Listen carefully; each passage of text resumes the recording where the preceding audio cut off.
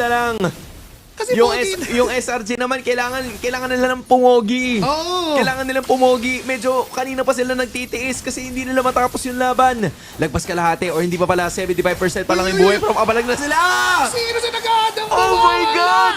Wala na yung isang damage dealer ng SRG. Ito yung bawing gusto ng Onyx Indonesia. Mapapaflicker to si Sans palayo. Makakaiwas na Crimson Beacon na gagawin ni Stormy. Ngayon yung Lord ay hinahawakan pa rin ni Kelra. Almost 30% HP. May babuhat ito si Lutpi. Pero si Kelra may hinahabol doon. At si Cram nasasaktan sa mga bala ng Claude. Pero babalik siya para hawakan yung Lord. Boy pa. At si Lutpi nasa gitna pa rin. Sino na? Natrihan malala. Sino may na? flicker wala kay Yung. Spicy pa para kay Sans. Pero Na-reset! may immortality wala.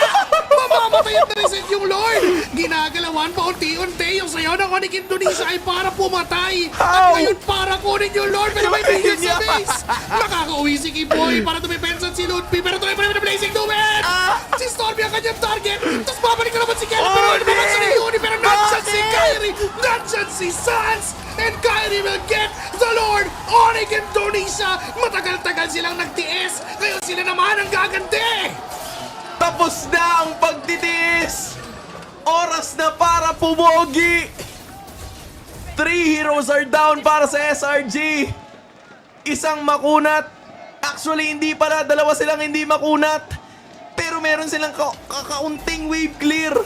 May isang minion wave na nagmamarcha sa bandang gitna. Not Bumubuhay. enough time for them to do it. Can they still defend? 5 seconds si Yums ha.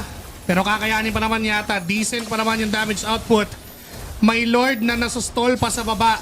So kahit pa paano, ay makakahinga at makakapagdepensa ang SRG not unless pipilitin na ng Onyx Indonesia. May minions na paparating doon sa taas at hawak na ni Kyrie yun.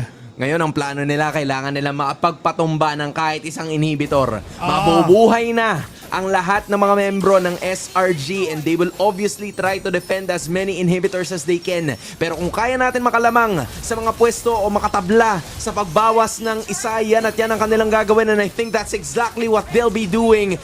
May +1 pa kasi dalawa yung napatumba nila. Kyrie sa pader.